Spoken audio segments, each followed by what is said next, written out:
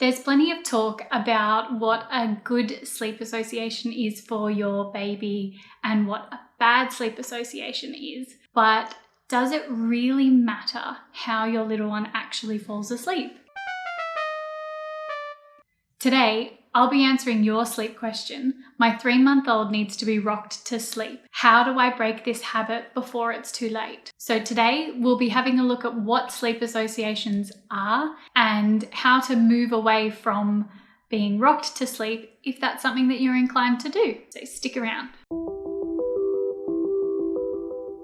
Hi, I'm Taylor, one of the little one's sleep experts and mother to one hilarious little girl and another one due in a couple of weeks' time. At Little Ones, we specialise in infant sleep right up until 3 years of age, and we can also offer support from 3 to 6 years of age too. We've got an extensive program with loads of content, and we've managed to help out over 200,000 families. If you'd be interested in joining the Little Ones community and helping your family to achieve better sleep all round, you can visit our website at www.littleones.co. So when it comes to sleep associations, there's no great need to wean your little one at any particular age. There's no perfect age to do so. I guess the best way that I can put it is if you feel that it's no longer sustainable, that's a great time to do it. Some people really enjoy helping their little ones fall asleep for every nap and overnight.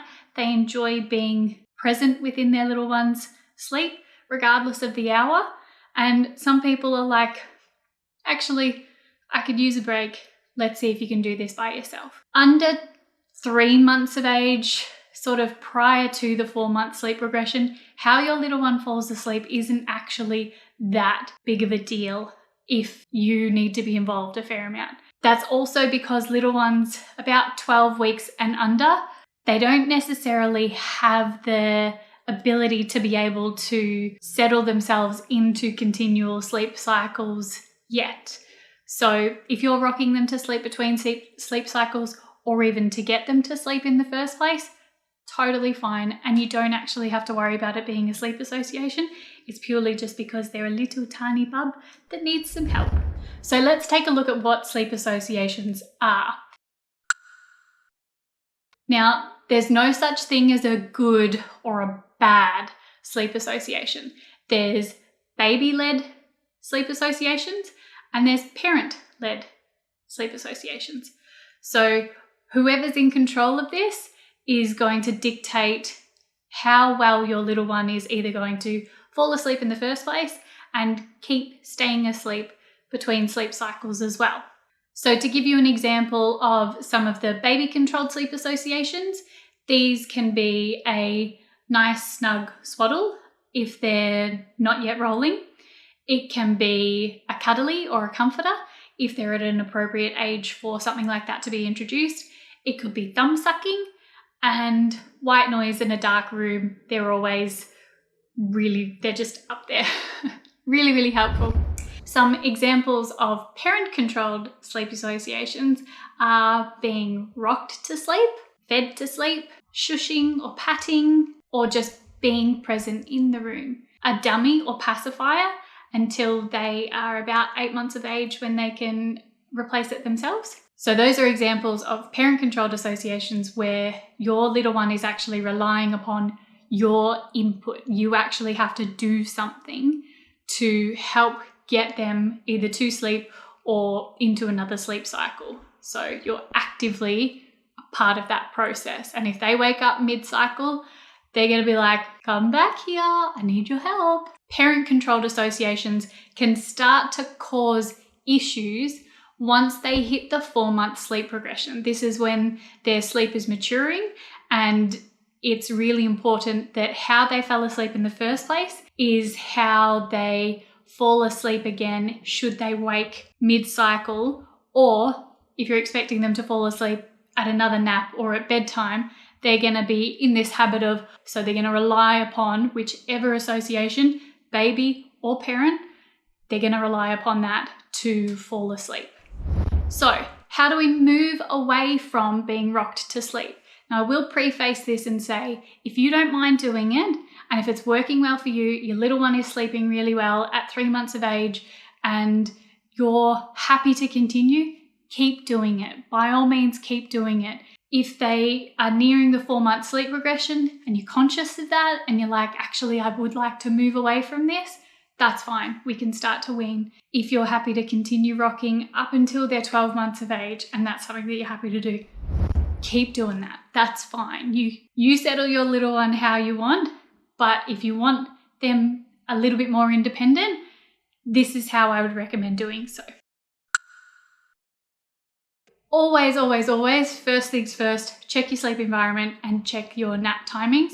Both of these are going to contribute to how well your little one is going to take to moving away from your input during their settling process. In my experience, when my little one was under 4 months of age before she hit the 4-month regression, I was a parent rocking her little one to sleep all the time. My daughter just needed physical input to fall asleep.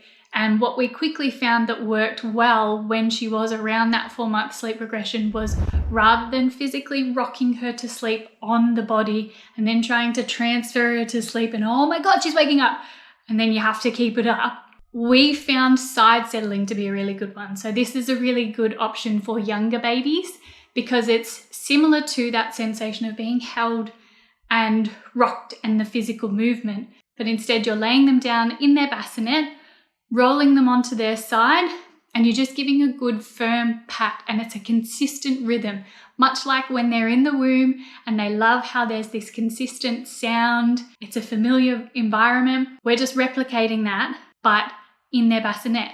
So you side settle them to sleep, and then once they are asleep, very gently, slowly roll them onto their back for safe sleeping. And then over time, you'll be no longer having to physically hold them to settle them, but you can pop them down into the bed. Eventually it became the case that when my little one started to get used to this, rather than me having to start with her on her side, I could just pat her bottom underneath her leg while she was laying on her back. And then it got to the point where I could just put a hand on her tummy until she sort of started to drift and then move away. And then eventually she was just doing it by herself. For older little ones, I'd recommend that you start with rocking to soothe only. So when they're over about 6 months of age, they're a little bit more switched on and they can kind of go, hang on a minute, what are you doing? This is different. No. You put me to sleep. What I would recommend for a 6-month-old or above is you would be rocking to soothe them only and then slowly popping them down into their bed. If they start to get distressed, you just keep the process going. Rocking to soothe only, and then pop them down into their bed, and eventually they'll figure out, okay, I sleep in my bed, not on mum or my carer. So I hope this has given you a little bit of insight into how to help your 3-month-old transition from being rocked to sleep to self-settling, if that's something that you choose to do. As I said, it's not necessarily a bad thing. If it's working well, you're happy to do it, and your baby is more than happy to do it and they're sleeping well, you can continue. There's no perfect time to stop. Check out our links in the description below. We'll have that link to a couple of blogs about sleep associations as well. And if you aren't already, make sure you subscribe to our YouTube channel and check the notification bell as well so that you get notified whenever we release new content. And that way you can keep up to date. And as I said too, if you'd like any more help with your little one's sleep or any more information on our program, you can check out our website, www.littlenones.co. I hope you have a great day, and I'll talk to you again later. Bye for now.